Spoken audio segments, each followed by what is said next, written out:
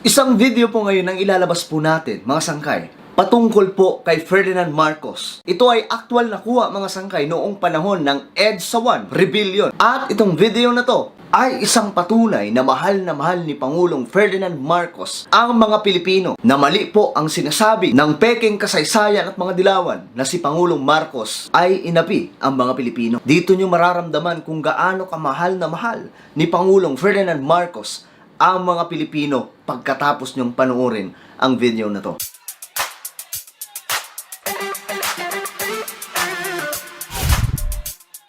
You know what is up, mga sangkay? This is me and I'm back for another video, another topic na naman, mga sangkay, na ating gagawin ngayon. And if you don't know my name, just call me Sangkay Janjan, o kung sa Tagalog, Kaibigan Janjan. Syempre, kung bago ka pa lang po sa ating channel, welcome na welcome ko po sa mundo ng mga sangkay. At kung hindi ka pa po nakakapag-subscribe, please subscribe my YouTube channel and click the bell notification para lagi po kayong updated sa bawat video na ina-upload natin. Today, mga sangkay, isa pong nakakaiyak na video ang ating ilalabas ngayon patungkol po kay Ferdinand Marcos. Dahil sa video na to, mga sangkay, mararamdaman nyo ang puso ni Pangulong Marcos na mahal niya ang mga Pilipino. At ang video na to, mga sangkay, ay isang actual na kuha noong EDSA 1 Rebellion. Pero bago po tayo magtuloy-tuloy, kamusta po muna lahat ng ating mga kababayan mula sa Luzon, Visayas, Mindanao, Sabah at maging sa ating mga kababayan na nasa iba't ibang bansa. Shoutout din po sa lahat ng mga nagwagwapuan at nagagandahan diyang mga kabataan na talagang namang solidong sumusuporta at mga solidong pro-government. Maraming salamat po. Paki-like din po ang Facebook page ng Team Paangat. Ang Team Paangat po, mga sangkay, ay solidong pro-government at siyang susupalpal sa mga kumakalaban ng ating gobyerno. At ito na, mga sangkay, umpisahan na po natin ito. Tara!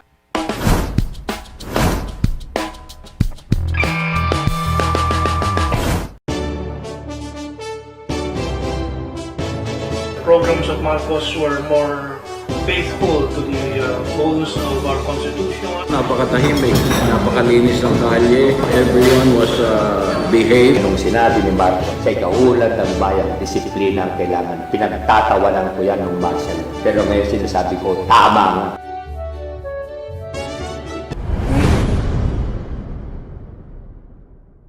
Bago ko po ipakita ang video ni Pangulong Marcos na kung saan nagpapatunay na mahal niya po ang mga Pilipino, balikan muna natin ang istorya ng EDSA 1 Rebellion na nagpabagsak sa Republika ng Pilipinas, na dating isang mayamang bansa na kinikilala po ng buong mundo noon na isang matatag at progresibong bansa sa buong Asia at isa sa mayamang bansa sa buong mundo sa pamumuno po ni Ferdinand Marcos. Maganda ng panahon noon, nakita mo naman ang isda noon 15 sentimos isang tumpo. Ngayon ang sentimo. Ngayon kahit 5 piso sa kalsada walang dumadampo. Diba? Nung panahon ang piso muna, pag-limit. Ibig sabihin, maganda yung pamumuno noon. Maganda. Nakita mo pang ilan ba tayo sa Asia? Diba mas mayaman pa tayo sa Japan nung panahon na yun? Ngayon tayo ang pinakakulilat. Papaano nga ba naging matagumpay ang EDSA 1? Nagsimula ito, mga sangkay, sa propaganda. Mga black propaganda na binato sa pamamahala ni Pangulong Ferdinand Marcos. Isa sa mga propaganda noon ng mga dilawan, si Pangulong Ferdinand Marcos daw ay hindi na sinusuportahan ng taong bayan. Noon, mga sangkay, madali po makapang-uto ang black propaganda. Dahil nga po hindi katulad sa panahon natin ngayon na may social media. Kaya naman, mga sangkay, medyo naging matagumpay po ito dito lang po sa Metro Manila, hindi po sa mga area ng mga probinsya. Nagkaroon po ng snap election noong 1986. Ang snap election, mga sangkay, ay si Pangulong Marcos mismo ang nagdesisyon na magkaroon ng eleksyon kahit hindi naman pa dapat, dahil hindi pa tapos ang term niya noong panahong yon. Pero dahil nga po sa mga black propaganda ng mga dilawan na sinasabi nila na inaayawan na si Pangulong Marcos ng mga tao, ang ginawa ni Ferdinand Marcos, nagpatawag po siya ng snap election. Ganon po kabuti ang ating lolo na si Ferdinand Marcos. Naging mainit ang laban, mga sangkay, at pagkatapos ng snap election, itinanghal ng COMELEC na panalo si Ferdinand Marcos. Ngunit, mga sangkay, sa pagnanais po talaga ng mga dilawan na makamkam ang kapangyarihan kay Pangulong Ferdinand Marcos, ang ginawa po nila dito, naglabas po sila ng isang peking resulta mula po sa NAMTRED at pinalabas nila doon ang isang malaking black propaganda na nandaya po si Ferdinand E. Marcos.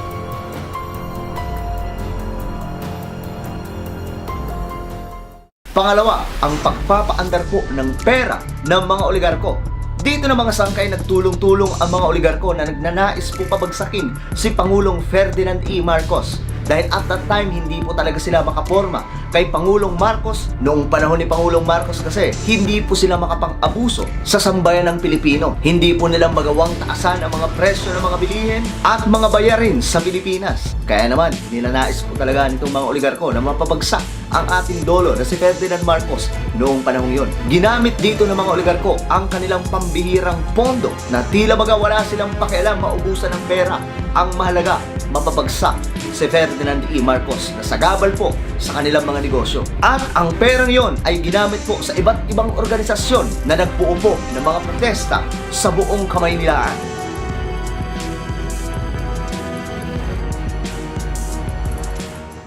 Pangatlo mga sangkay, nagtraidor po ang dalawang pinagkakatiwalaan ni Ferdinand E. Marcos. Ang nooy Defense Minister na si Juan Ponce Enrile at ang General na si Ramos. Ang dalawang to mga sangkay ay may malalim na layunin. Kagaya na lamang po ng malalim na pangarap po ni Ramos na maging Pangulo ng Pilipinas na talagang namang nangyari nung matapos po ang panunungkulan ni Corazon Aquino. Subalit si Juan Ponce Enrile ay nagbalik loob sa mga Marcos at isiniwalat ang maraming kalokohan ng mga dilawan matapos mapabagsak ang rehimeng Marcos. Samantalang itong si Ramos ay nanatiling traidor at niyakap po ang pagiging Judas.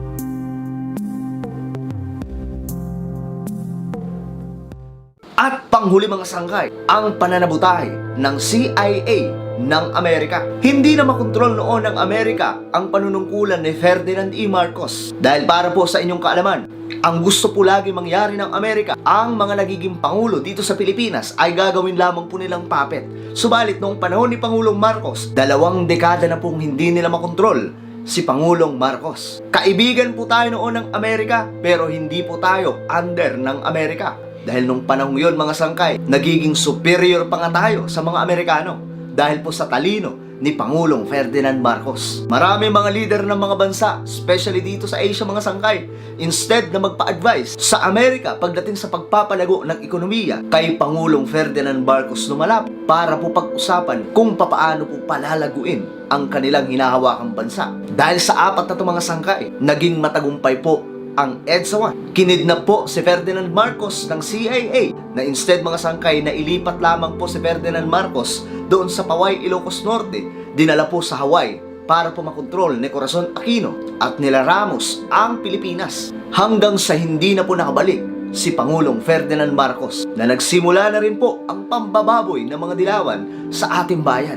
Noong panahon yun mga sangkay, malakas pa naman talaga ang puwersa ni Pangulong Ferdinand Marcos. Kaya nga dapat ang mangyayari habang nangyayari po ang EDSA Rebellion dito sa Metro Manila, pupunta lamang po dapat siya sa Paway, Ilocos Norte na kung saan may Malacanang North. Ngunit dinala po siya ng mga Amerikano sa Hawaii. Bakit nga ba malakas pa ang puwersa noon ni Pangulong Marcos nung nangyayari ang EDSA Rebellion? Karamihan noon sa mga Pilipino mula sa Luzon, Visayas, Mindanao ay suportado pa rin po ang administrasyong Marcos. Dahil ang nangyayari pong EDSA 1 Rebellion ay dito lamang po sa Metro Manila.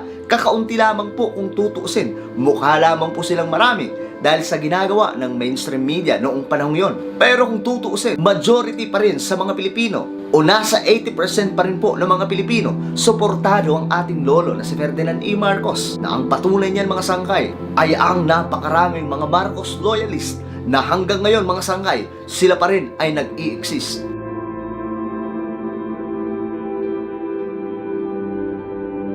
Pangalawa mga sangkay, 90% ng mga general ng Pilipinas ay suportado pa rin si Ferdinand Marcos. Dahil po si Enrile lang naman at si Ramos ang kilalang nasa Philippine Forces na kumalas sa administrasyon. Kumbaga mga sangkay, kung ano ang iuutos ni Pangulong Ferdinand Marcos sa mga general noong panahong yon, mangyayari.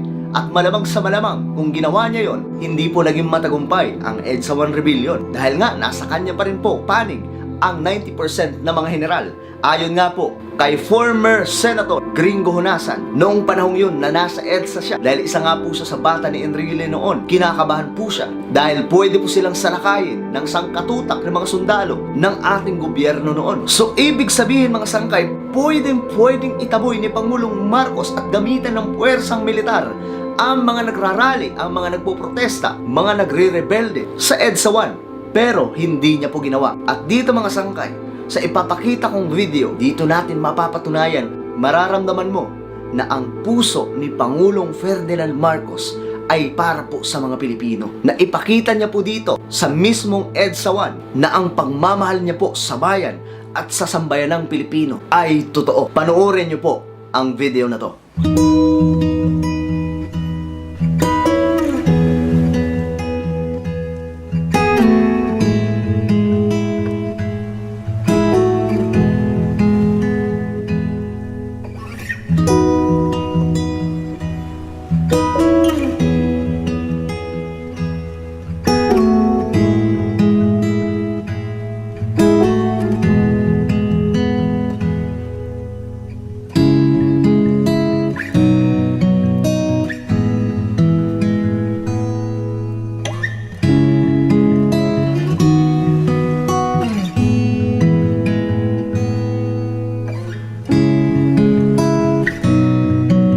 I understand you gave them orders to wait.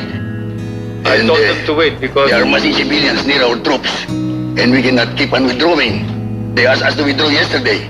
When I talked to Mr. Enrile, he said you talk to you, we withdraw a disperse. little. My order is to disperse We the cannot withdraw all crowd the time, Mr. President. We without must. shooting them. No, hold on. You disperse the crowd without shooting them. You disperse the crowd without shooting them. So grabe lang mga sangkay, dapat pwede nilang atakihin ng puwersahan ang mga tao sa EDSA noong panahon yun. Pero anong nangyari?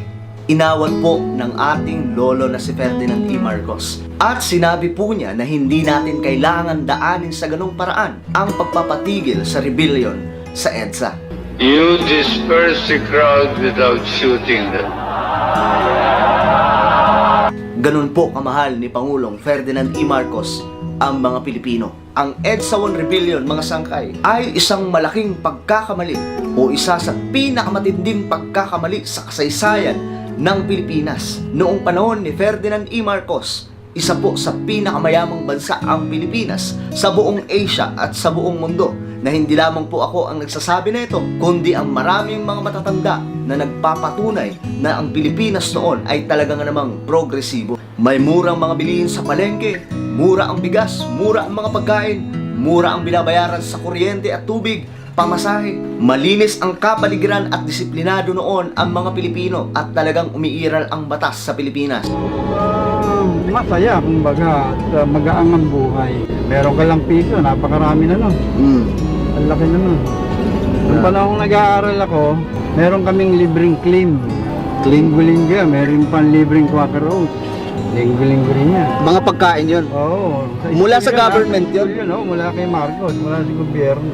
Pero pagkatapos ng EDSA 1, pumasok ang rehimeng naging dugyot sa Pilipinas na niluhuran po ang mga oligarko. Matapos ang EDSA 1, mga sangkay, tumaas ang presyo ng mga bilihin at mga bayarin sa tubig, kuryente, pamasahe at kung ano-ano pa, at halos hindi na pumaawat ang pagtaas nito. Bumagsak po ang ekonomiya ng Pilipinas. Nagkaroon po ng mga manlilimos sa kalsada, nawala po ang mga libreng pagkain mula sa gobyerno. Naging isa sa pinakamahirap na bansa ang ating bayan. Ito po ang resulta ng EDSA 1 Rebellion.